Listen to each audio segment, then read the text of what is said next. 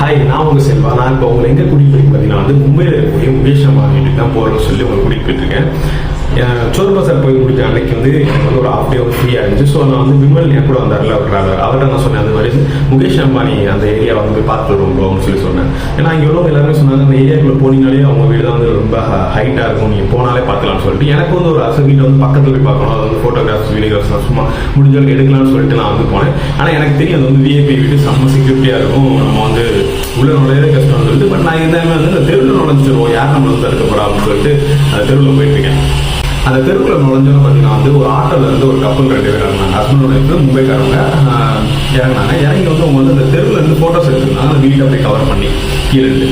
So நான் சொன்ன விமன்ட் bro இந்த இடத்துல இந்த ஃபோட்டோஸ் எடுத்தால் பக்காவாக இருக்குது ப்ரோ, இந்த ஸ்பாட் நல்லா இருக்குது, ஸோ நீங்கள் எடுத்து அவர் டிஎஸ்எல்ஆர் கேமரா வச்சுனா, ஸோ உங்கள் கேமரா எடுக்கணும்னு சொல்லிட்டு அவர் சரின்னு சொல்லிட்டு அவர் என் வண்டியிலேருந்து கீழே இறங்கினாரு.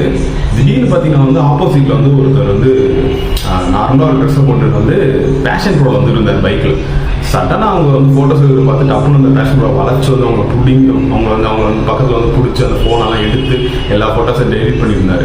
அப்புறம் தான் தெரிஞ்சு அந்த ஏரியாவில் இருக்கிற எல்லாருமே மத்தியில் இருக்கக்கூடிய போலீஸ் ஒரு ஆர்மி பீப்புள்னு சொல்லிட்டு நான் விமல்கிட்ட சொன்னேன், ஓகே ப்ரோ நம்ம அவரான விமல் எடுத்தாரு, நம்ம ஃபோட்டோஸ் எடுத்தாரு, பட் ஆனால் அவங்க நோட்டீஸ் பண்ண விமலை. ஸோ நான் சொன்னேன், ப்ரோ நம்ம இங்கே இருக்கிறது சேஃப் இல்லை, நம்ம அப்படியே கிளம்பிடலாம், அப்படியே வீட்டை மட்டும் அப்படியே எடுத்துட்டு அப்படியே கிளம்பிடலாம்னு சொல்லிட்டு நான் கோப்ரோ நான் ஆனில் வச்சுட்டே நான் வண்டியை விட்டு போயிருக்கேன். அப்போ பார்த்தீங்கன்னா வீடு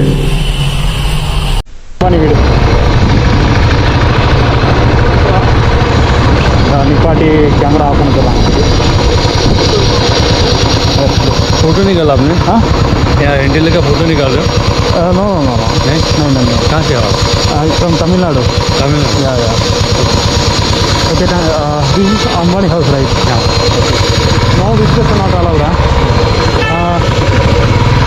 थैंक यू.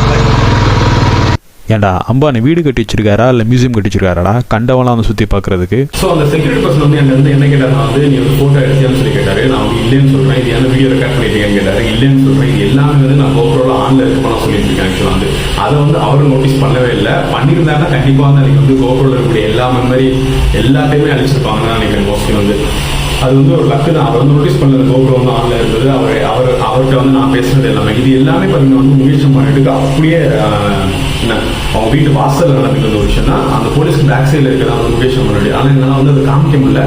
ஸோ நான் கொஞ்சம் பிக்சர்ஸ் இருக்கு. ஸோ அந்த பிக்சர்ஸ் கூகுளில் இருக்கேன், அது உங்களுக்கு காமிக்கிறேன். பார்க்காதவங்க பார்க்கறதுக்காக காமிக்கிறேன். இந்த வீடியோ தான் இருக்கிற ஒரு சின்ன வீடியோ நினைக்கிறேன். இது ஜஸ்ட் நான் ஒரு ஷார்ட்ஸாகவே போட்டுக்கலாம், பட் ஆனால் அது ஃபுல்லாக எக்ஸ்பிளைன் பண்ணி போகிறதுக்காக தான் போட்டேன். சப்போஸ் இந்த வீடியோ உங்களுக்கு பிடிக்காது, நான் டிஸ்பிளே பண்ணிவிடுங்க, என்னன்னு சொல்லி கமெண்ட் பண்ணுங்க. பிடிச்சிருந்தா உங்கள் ஃப்ரெண்ட்ஸ் அப்படி ஷேர் பண்ணுங்க. திரும்ப சொல்லுங்கள், நம்ம வீடியோ ஃபஸ்ட் டைம் பார்க்குறீங்கன்னா அந்த சேனல் ஃபஸ்ட் டைம் வரீங்கன்னா இந்த சேனல் உருவாக்குற காரணம் பண்ணிங்கன்னா ஸோ மறக்காமல் சப்ஸ்கிரைப் பண்ணுங்க. இந்த சேனல் உங்களோட சேனல் தான். Bye by.